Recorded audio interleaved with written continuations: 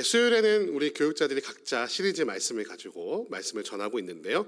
저는 믿음의 조상 아브라함에 대해서 지난번부터 전했고요. 오늘은 두 번째 시간으로 가나안 땅에 도착하다라는 제목으로 오늘 하나님의 말씀 함께 나누도록 하겠습니다. 우리 지난번 때는요, 창세기 11장에서 12장에 걸쳐서 아브라함이 언제 소명을 받았고 또 어떤 과정을 걸쳐서 대를 걸쳐서 그 자기의 땅 갈대아 우르를 떠나서 가나안으로 향하게 되었는가에 대한 과정을 함께 살펴보았습니다. 이 과정은 해석하는 면에 따라서 여러 가지 이견들이 있지만 제가 묵상한 바로는, 함께 나눴던 바로는, 그가 아버지 데라와 함께 땅을 떠났지만 데라가 하란에 멈춰서 더 이상 가지 못했다는 것. 근데 거기서 이제 데라가 숨을 거두게 될 때까지 아브라함은 함께 있었다는 것. 그래서 12장에서 하나님께서 다시 한번 부르셔서 그가 다시 한번 결단하고 가나안 땅으로 가게 되었다라는 부분을 함께 나누게 되었습니다. 또 근본적으로 이 데라의 가정에는 가족의 굉장히 큰 아픔과 어려움이 있었다라는 것도 살펴보았습니다. 그의 하란이 먼저 아비 데라보다 먼저 죽는 그런 부분도 있었고요.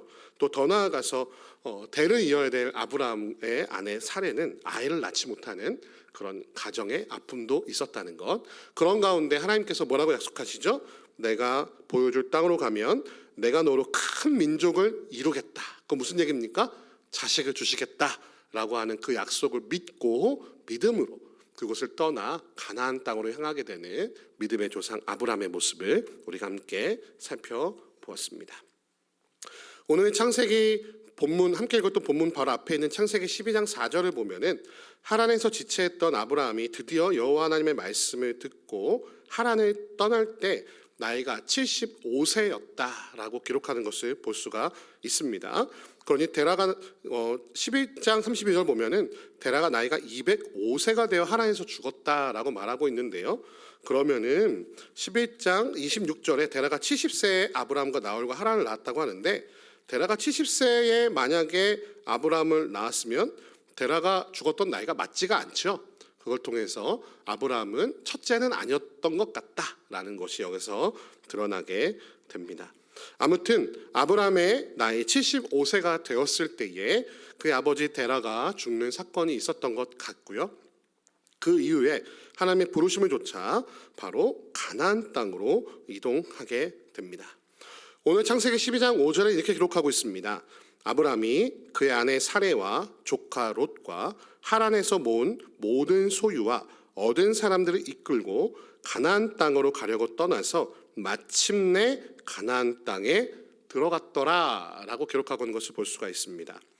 아브라함이 갈대아 우르 땅을 떠날 때와 마찬가지로 다시 돌아가지 않을 작정을 하고 자신이 얻었던 모든 것을 가지고 그 땅을 떠나고 있는 믿음의 모습을 보여주고 있지요.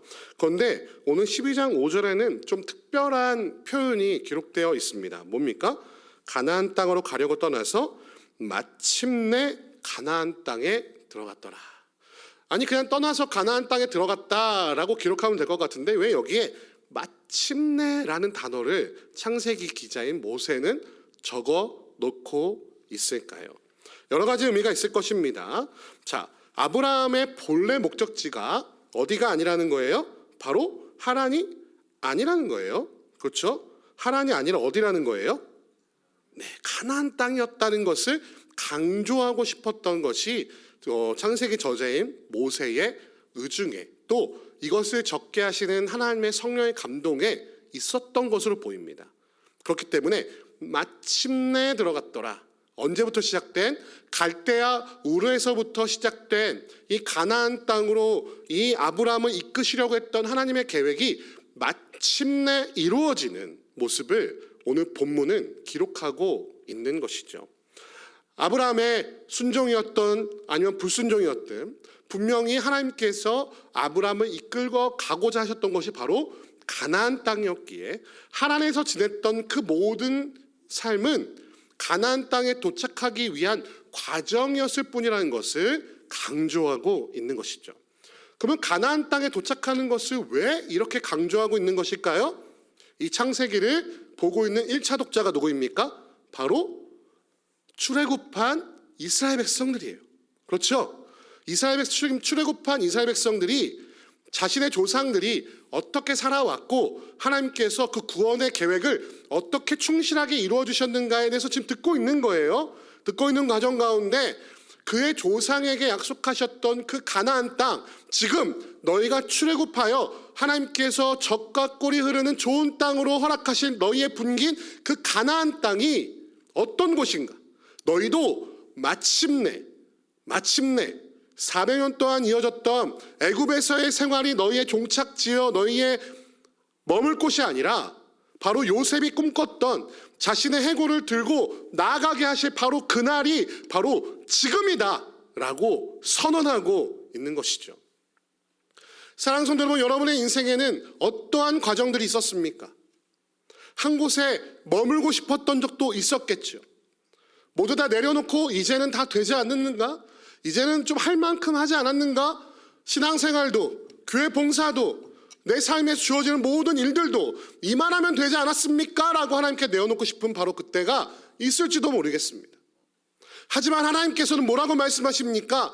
내가 너희를 마침내 인도할 그 땅이 있다 라고 우리에게 말씀하신다는 것이죠. 그래서 우리의 인생이 마칠 때 하나님께서는 우리에게 이렇게 말씀하실 거라는 것이죠. 내 사랑하는 자가 마침내 내가 예비한 천국에 이르게 되었다. 할렐루야! 마침내 그 천국에 이를 때까지의 우리의 인생은 결코 끝나지 않았다는 사실을 기억하시는 여러분과 제가 되기를 주님의 이름으로 축원드립니다. 마침내 우리가 이룰 그곳, 마침내 우리를 영화롭게 하실 그곳, 마침내 우리를 완성시키실 그곳, 마침내 우리의 눈물을 닦아주실 그곳, 마침내 우리의 모든 아픔과 어려움이 사라질 바로 그곳, 우리가 바라봐야 할 것은 이 땅이 아니라 바로 지금이 아니라 바로 우리가 맛보아야 할 나의 본향, 시온, 저 천국이라는 사실을 기억하시는 여러분과 제가 되기를 주님의 이름으로 소원합니다. 그러므로 우리는 무엇이라 말해야 합니까? 무엇이라? 하나님 이젠 됐어요. 할 만큼 했어요. 아니에요. 하나님 오늘도 나를 사용하여 주옵소서. 오늘도 나를 당신의 땅으로 이끌어 주시옵소서. 마침내 그 천국에 이를 때까지 나는 포기하지 않겠습니다라는 것이 우리의 믿음의 고백이어야 한다는 것입니다. 이런 말이 있습니다. 사람이 언제 늙느냐고, 청년은 언제 늙은이가 되느냐고, 이런 얘기 많이 드신 적 있으시죠? 모험하기를 멈출 때, 성장하기를 포기할 때 사람이 늙는다고 합니다. 그렇다면 여러분은 청년이십니까? 늙은이십니까? 할렐루야! 아멘. 하나님의 말씀 안에서 나를 다시 한번 개혁하기를 멈추지 않는 사람, 그 하나님의 말씀 앞에서 오늘 하루도 거룩해지기를, 오늘 하루도 하나님의 말씀에 합당하도록 살아가기를 소원하며 믿음의 모험을 하는 사람, 그 사람이 바로 청년인 줄 믿습니다. 새벽 이슬 같은 청년들이 이 앞에 앉아 계신 줄 믿습니다. 네, 그 청년들로 하여금 오늘도 이 어두운 세상을 변화시키실, 오늘도 하나님의 교회를 더 굳세게 세워가실, 오늘도 그 청년들을 통하여 하나님의 복음을 믿지 않는 자들에게 선포하게 하실 그 하나님을 바라보기를 소원합니다. 그리하여 마침내 아브라함은 가나안 땅에 들어가게 되었습니다. 그런데 문제는 뭐냐면요, 아브라함이 그 가나안 땅에 들어갔을 때 뭔가 잘못된 게 아닌가? 뭔가 내 기대랑은 다른데? 라는 생각을 할 만한 분위기가 오늘 본문에서 캐치된다는 것입니다. 우리 6절 말씀 다 같이 한번 읽어봅시다. 6절 말씀 다 같이 읽습니다. 시작. 아브라함이 그 땅을 지나 세겜 땅 모래 상수리 나무에 이르니 그때 가나안 사람이 그 땅에 거주했다. 분명히 하나님께서 뭐라고 약속하셨어요?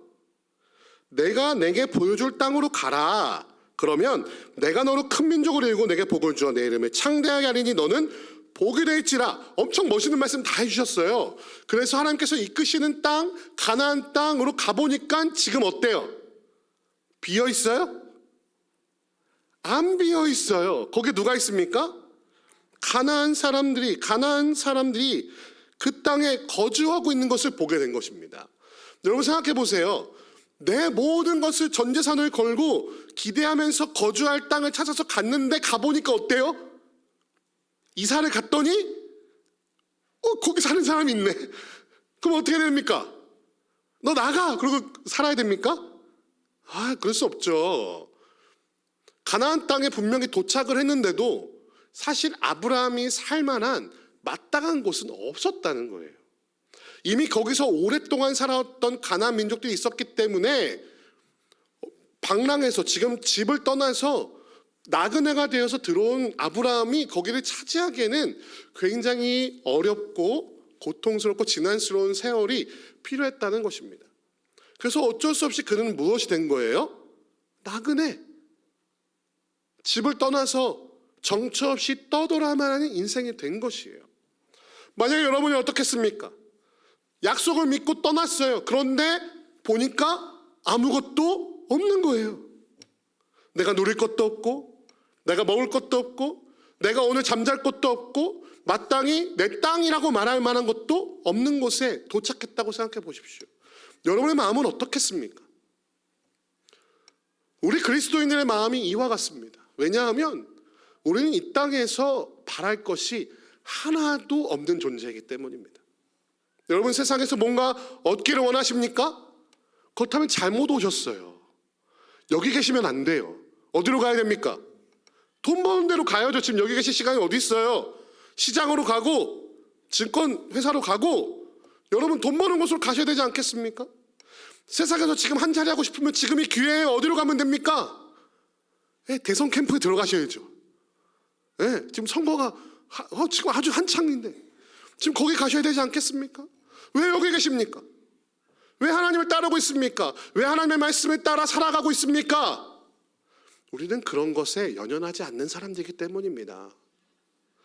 하나님께서 내가 내게 명할, 내가 보여줄 땅으로 가라라고 말씀하셨기 때문에 간 것이지, 거기서 무엇을 얻거나 한 자리 차지하거나 뭔가 떵떵거리거나 모든 것으로 다른 사람들을 억압하거나 무언가 다른 사람 위에 우뚝 서는 사람이 되기 위하여 그 땅으로 간 것이 아니라는 것이죠. 그러한 모습을 바라보면서 아브라함의 마음이 어땠을까요? 과연 주님, 나는 더 어디로 가야 합니까? 라는 생각을 하게 됐을 것 같아요. 그래서 가나안 땅에 들어가 그 땅을 지나가 굉장히 유명한 지명으로 가게 되는데요. 오늘 6절 보니까 어디로 가고 있습니까? 아브라함이 그 땅을 지나 세겜 땅 모래 상수리 나무에 이르니 라고 말하고 있어요. 어렸을 때 저는 그래서요, 상수리 나무가 모래밭에 서 있는 걸 상상했습니다. 여러분 안 그러셨습니까? 모래 상수리 나무. 여러분 모래 상수리 나무가 뭐죠? 모래밭에 서 있는 상수리 나무인가요? 그게 아니더라고요. 모래는 어떤 의미를 갖고 있냐면 바로 선생 혹은 이름비 혹은 선생님이라는 의미를 갖고 있습니다. 그럴 만큼 굉장히 크고 웅장한 오크나무가 거기에 있었을 것으로 보이는데요. 오크나무가 어떤 나무인지 한번 보여주시겠어요? 요런 나무가 오크나무예요. 그러니까 굉장히 크고 굉장히 이파리가 많기 때문에 어디에서 봐도 저게 바로 모래상수리 나무구나 라는 것을 누구나 알 수 있을 만한 굉장히 중요한 랜드마크 역할을 했을 것이라는 것이죠. 그런데 여러분 어떻습니까? 이러한 크고 웅장한 나무가 있는 곳에서는 꼭 뭐가 있죠? 이 나무를 통해서 무언가 신령한 존재를 만나려고 하는 그런 사람들이 늘 있었을 것이라는 것이죠. 그래서 이 상수리 나무는요, 음란한 우상을 섬기는 행위가 많이 이루어졌던 것으로 기록되고 있습니다. 우리 호세아 4장 12절에 13절 말씀 읽어볼게요. 다 같이 읽습니다. 시작. 내 백성이 나무에게 묻고 그 막대기는 그들에게 고하나니 이는 그들이 음란한 마음에 미혹되어 하나님을 버리고 음행하였음이니라. 그들이 산 꼭대기에서 제사를 드리며 작은 산 위에서 분향하되 참나무와 버드나무와 상수리나무 아래에서 하니 이는 그 나무 그늘이 좋음이라. 이러므로 너희 딸들은 음행하며 너희 며느리들은 간음을 행하는 도다. 얼마나 음란한 제사들이 이 나무들 밑에서 이루어졌는지, 여러분도 다들 옛날에 기억하시죠? 언덕 위에 큰 나무 있으면 거기에 뭐가 둘러져 있어요? 막 이상한 막 색동 저고리 같은 거 막 색동 끈 같은 거 막 해놓고 거기서 제사 드리는 모습들 다들 기억하시죠? 사람들은 다 비슷한 것 같아요. 그래서 이 모래상수리 나무는 당시에 가나안 민족들이 종교 중심지로서 자신들이 믿었던 여러 가지 신들에게 제사를 드리는 곳이 되었고요. 또 그곳이 세겜 땅에서의 일정한 어떤 경계를 이루는, 그래서 여기서부터는 어느 땅, 여기서부터는 어느 땅이라고 하는 경계표 역할을 했을 것으로 여겨지는 아주 큰 나무가 바로 모래상수리 나무였다는 것이에요. 정말 중요한 것은 무엇이냐면 이 모래상수리 나무, 이방 신들에게 예배를 드리는 곳으로 유명했던 그곳에서 하나님이 어떻게 일하시는지 보십시오. 창세기 12장 7절 말씀 읽어봅시다. 다 같이 있습니다. 시작. 그래서 내가 이 땅을 내 자손에게 주리라 하신지라 자기에게 나타나신 여호와께 그가 그곳에서 제단을 쌓고. 여러분 생각해 보세요. 이렇게 큰 나무 그리고 종교 중심지였다면 아마 그곳에 많은 가나안 땅 사람들이 그곳을 지켜보고 있었을 것이에요. 게다가 지금 이 순간은 어떤 순간이에요? 갑자기 하란에서부터 큰 무리를 이끌고 어서 보도 못한 사람이 가족들을 이끌고 모든 재산을 끌고 지금 가나안 땅으로 넘어온 순간 아니겠습니까? 여러분이 가나안 땅에서 살고 있는 사람이라면 어떤 생각이 들었을까요? 와, 얘들이 왜 온 거지? 우리를 공격하러 온 건가? 우리의 땅을 빼앗으려고 온 것인가? 라는 생각에 아마 이 아브라함의 행렬을 굉장히 눈여겨보고 있을 때였다는 것이죠. 근데 거기서 하나님이 나타나셔서 뭐라고 말씀하십니까? 내가 내 땅을 누구한테 주리라? 좀 나한테 주셨으면 좋겠는데 내가 아니라 누구한테? 내 자손에게 주리라 라고 언약을 맺으십니다. 근데 아브라함도 참 믿음이 좋은 사람인 것 같아요. 너한테 줄 게가 아니에요. 내 자손에게 주리라 하자 바로 거기서 대담하게 어떤 행동을 합니까? 바로 거기에 그곳에서 무엇을 쌓아요? 제단을 쌓고, 제단을 쌓았다는 것은 무슨 얘기입니까? 거기서 하나님을 예배했다는 이야기죠. 사랑하는 성도 여러분, 아브라함은 바로 그곳에서 제단을 쌓고 예배를 드립니다. 가나안 민족들이 모두 다 살펴보고 있는 바로 그때에 가나안 민족들이 이방 신들을 향해서 분향하는 바로 그곳에서 누구를 향해서 예배한다고요? 하나님을 향해서 예배하고 있다고요. 이게 얼마나 상징적인 의미를 갖고 있는지 여러분 이해하시겠습니까? 그 땅을 지키는 신, 그 땅의 수호신, 가나안 민족들의 신이 아니라 바로 나의 하나님 여호와 하나님이 이 땅을 내게 주실 수 있는, 이 땅을 내 민족에게 주실 수 있는 하나님이라고 선포하고 있는 것이죠. 사랑하는 성도 여러분, 여러분의 삶의 한가운데에서 세상의 권력과 돈과 명예와 그 모든 것들이 우리를 지켜준다고 말하는 바로 그 삶의 현장 한가운데에서 하나님 앞에 제단을 쌓고 예배하는 삶을 살아가고 있습니까? 세상 사람들이 다 손가락질합니다. 야, 여호와 하나님이 너 밥 먹여주니? 교회가 너 밥 먹여줘? 교회 다닌다고 네가 뭐 잘 될 것 같아? 그 시간에 학원을 가. 그 시간에 일을 해. 그 시간에 한자라도 더 공부해 라고 말하는 시대를 우리는 살아가고 있습니다. 이방 신을 섬겨야 한다고, 돈의 신을 섬겨야 한다고, 증권의 신을, 부동산의 신을 섬겨야 한다고 말하는 시대를 우리는 살아가고 있어요. 바로 그 종교행위의 중심지에서 아브라함은 여호와 하나님께 제단을 쌓고 예배하며 이 땅을 하나님께서 내 자손들에게 주실 것이야 라고 믿음으로 고백하고 있는 것입니다. 사랑하는 성도 여러분, 우리의 삶의 현장에서 하나님을 예배하고 있습니까? 삶의 현장에서 여호와 하나님이 나의 하나님이시며 그 모든 이방의 우상들을 불태우실 하나님이라고 선포하고 있습니까? 아니면 여호와 하나님 부끄러워, 복음의 능력이 부끄럽고 말씀이 부끄럽고 내가 그리스도인이라는 것이 부끄러워서 숨기며 살아가고 있습니까? 그 거대한 큰 모래상수리 나무 아래에서 멋진 제단과 아름다운 것들로 살찐 것들로 이방 신들에게 분향하는 앞에서 감히 여호와의 제단을 쌓지 못하고 감히 여호와의 이름을 부르지 못하는 한 구석에 쭈그러져 있는 인생으로 살아가고 있지는 않느냐 말이죠. 제가 여러분에게 한 가지 담대하게 선포할 것을 말씀드리겠습니다. 여러분 따라해 보실게요. 우리가 돈이 없지 하나님이 없냐? 할렐루야. 우리가 부동산이 없고 아파트가 없고 돈이 없고 주식이 없지 하나님이 없습니까? 우리가 그들에게 쭈그러질 이유가 뭐가 있습니까? 천지를 창조하신 하나님, 온 만물을 다스리신 하나님, 바다를 명하여 멈추게 하실 수 있는 하나님, 저 하늘의 태양을 명하여 멈출 수 있는 하나님, 전쟁을 승리로 이끄시는 하나님, 뱀의 후손의 머리를 밟아버리실 그 여인의 후손으로 오신 우리 주 예수 그리스도, 십자가에 달려서 죽으신 그 사랑을 확증하셔서 부활의 첫 열매가 되시어 우리가 부활을 꿈꿀 수 있게 하시는 그 능력의 하나님이 나의 하나님이라면, 그 모두가 손가락질하고 그 모두가 애처롭게 여기고 그 모두가 무시할지라도 바로 그 자리에서 하나님께, 여호와 하나님께 제단을 쌓고 예배할 수 있는 여러분과 제가 되기를 주님의 이름으로 축원드립니다. 바로 그것이 우리의 예배의 자리여야만 한다는 것입니다.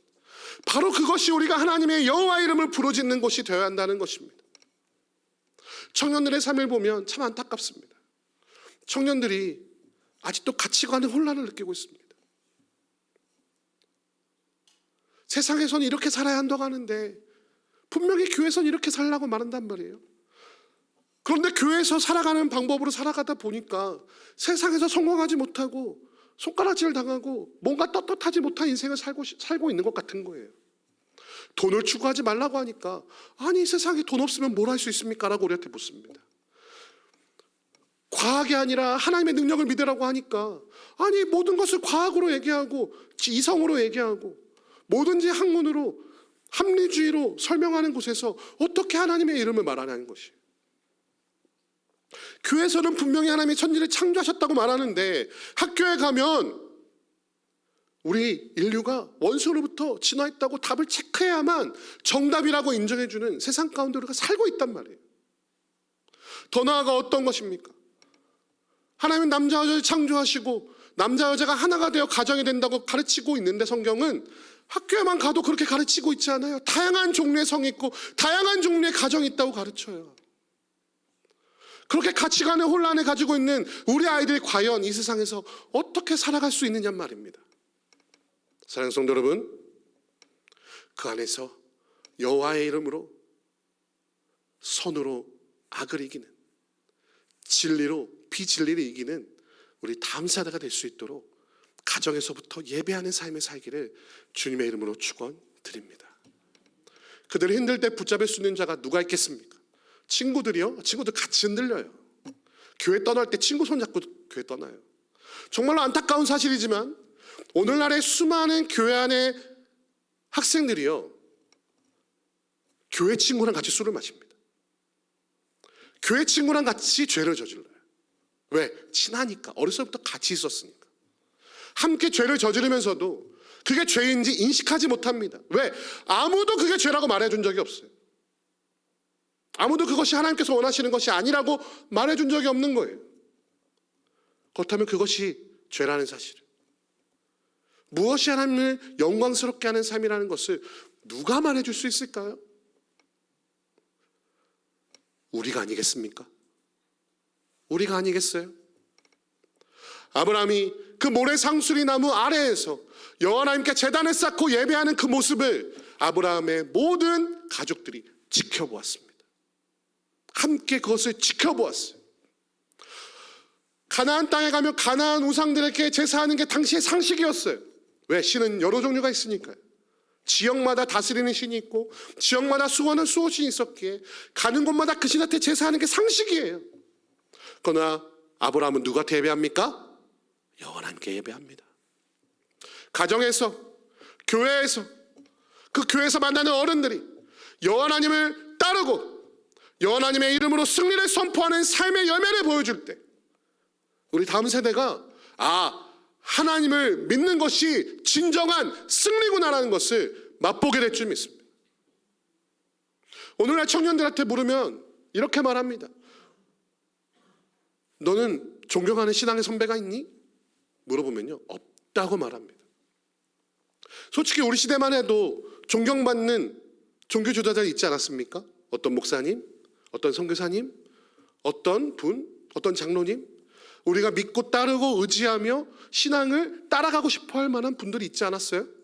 근데 오늘날 청년들한테 그게 없어요. 멘토가 없어요.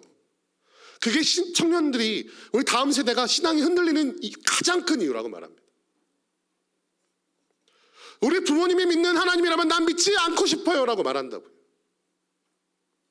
우리 교회에서 믿는 하나님이라면 그런 하나님은 안 믿고 싶어요. 맨날 싸우고 욕하고 다투고 뒷담화하고 서로 분란만 일으키고 하나님의 이름이라고 말하면서 욕하고, 그런 하나님이라면 믿고 싶지 않아요 라고 말하는 게 오늘날의 세대라는 것이죠.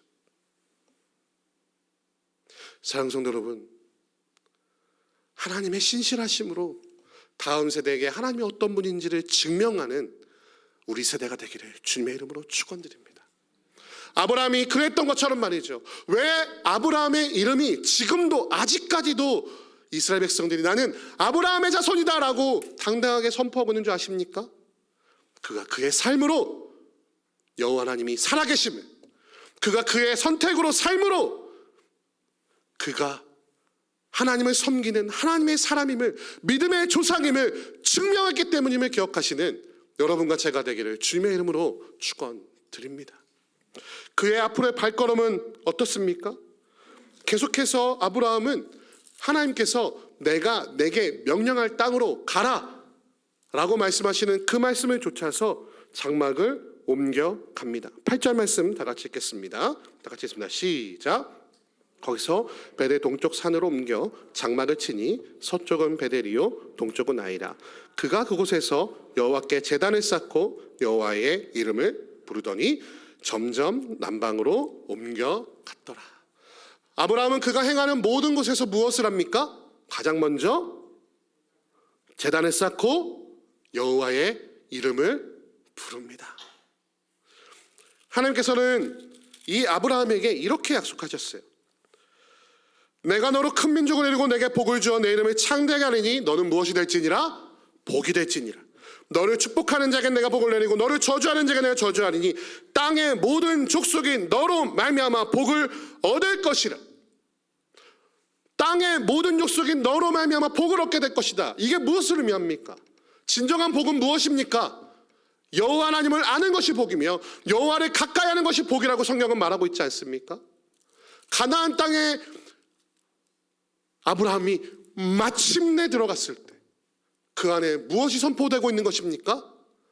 여호와 하나님의 이름이 선포되고 있는 것이며 여호와 하나님의 이름을 부르는 예배가 그 안에 존재하게 되므로 그 여호와 하나님의 이름을 들은 모든 가나안 족속들에게 복이 선포되고 있는 것입니다. 그러므로 우리의 삶의 현장이 예배 현장이 된다는 것은 바로 그곳에 하나님의 복이 선포된다는 것임을 기억하는 여러분과 제가 되기를 주님의 이름으로 축원드립니다. 그가 밟았던 모든 땅, 아브라함이 밟고 있는 그 모든 땅이 이후에 여호수아를 통하여서 이 가나안 땅을 정복하는 발걸음이 되고 있어요. 바로 저 400년도 더 전에 하나님께서 미리 예비하신, 그래서 아브라함으로 하여금 제단을 쌓고 예배하게 하신 바로 그곳이 바로 지금 이 글을 읽고 있는 출애굽한 백성들이 그 가나안 땅을 정복하는 교두보가 되고 있다고요. 하나님께서 하나님을 예배하는 자에게 예비해 두신 그 복, 그 하나님의 이름이 선포되고 하나님을 예배하는 그 복이 바로 이 아브라함의 예배를 통해 준비되고 예비되고 있었다는 사실입니다. 이것은 무엇을 보여줍니까? 여러분이 예배하는 바로 그곳, 여러분이 여호와의 이름을 부르는 바로 그곳, 여러분의 기도가 쌓이고 여러분의 예배의 제단이 쌓이는 바로 그곳이 우리의 후손을 통해 이 땅을 변화시키고 이 땅이 하나님을 예배하게 하는데 쓰임받게 될 교두보가 될 것임을 기억하시는 여러분과 제가 되기를 주님의 이름으로 축원드립니다. 그래서 오늘 창세기의 저자는 마침내 아브라함이 가나안 땅에 들어갔다고 말하고 있는 것입니다.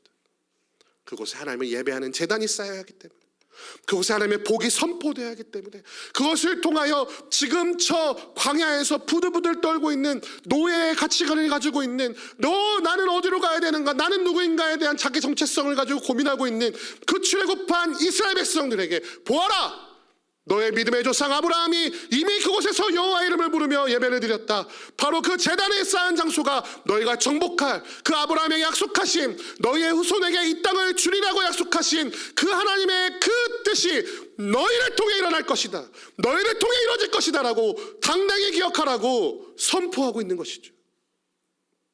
사랑하는 성도 여러분, 그렇다면 우리는 어떻게 해야겠습니까? 우리 다음 세대에게, 우리 자녀들에게 뭐라고 말해야겠습니까? 내가 그곳에서 여호와의 이름을 불렀다. 그러니 너희는 당당히 그 땅으로 진격하라 라고 말할 수 있어야 하지 않겠습니까? 우리의 가정에 그 제단을 쌓았으니 내 사랑하는 아이야, 이 가정이 너희가 하나님의 복을 선포할 곳이 될 것이다 라고 말해야 하지 않겠습니까? 내 후배들아, 내 이 캠퍼스에 내가 여호와의 제단을 쌓고 예배하며 기도하며 눈물 흘렸다. 그러니 너희가 이 캠퍼스에서 하나님의 나라를 선포하고 하나님의 뜻을 이루는 자가 되어라고 말할 수 있어야 되지 않겠습니까? 이 직장이 내가 눈물 흘리며 기도하며 여호와의 제단을 쌓으며 예배한 곳이니 신입사원들아, 내 사랑하는 믿음의 형제들아, 이곳이 하나님의 나라가 되도록 하여라라고 말할 수 있어야 되지 않겠냐는 것이죠. 그것이 우리를 그곳에 보내신, 그 삶의 현장에 우리를 보내신 하나님의 뜻이라는 것이에요. 그래서 우리 주일 말씀을 통해 듣지 않았습니까? 그곳에서 뭐 거창한 것을 하라는 게 아니에요. 하나님도요, 우리가 거창한 무언가를 할 수 있는 능력이 없다는 거 잘 아십니다. 뭐 여러분이 뭐 화형을 당하겠어요? 목배임을 당하겠어요? 사자굴에서 우리가 뭐 승리를 선포하겠어요? 그거 하라면 전 도망갈 것 같아요. 아닙니까, 여러분? 그곳에서 어떻게 살아가는 거예요? 신실한 현존으로, 하나님의 백성으로, 하나님을 예배하고 하나님의 말씀의 능력으로 살아가는, 하루하루 쌓여가는 그 신실한 삶이, 그곳에서의 우리의 착한 행실을 통하여 세상이 주를 보고 하나님을 찬양하며 예배하게 할 때 그곳이 하나님의 복이 선포되는 하나님의 나라가 될 것이라고 우리에게 약속하고 계시지 않습니까? 그렇다면 우리가 할 것은 무엇이겠습니까? 거기서 그리스도인으로 살아냅시다. 그곳에 제단을 쌓고 예배합시다.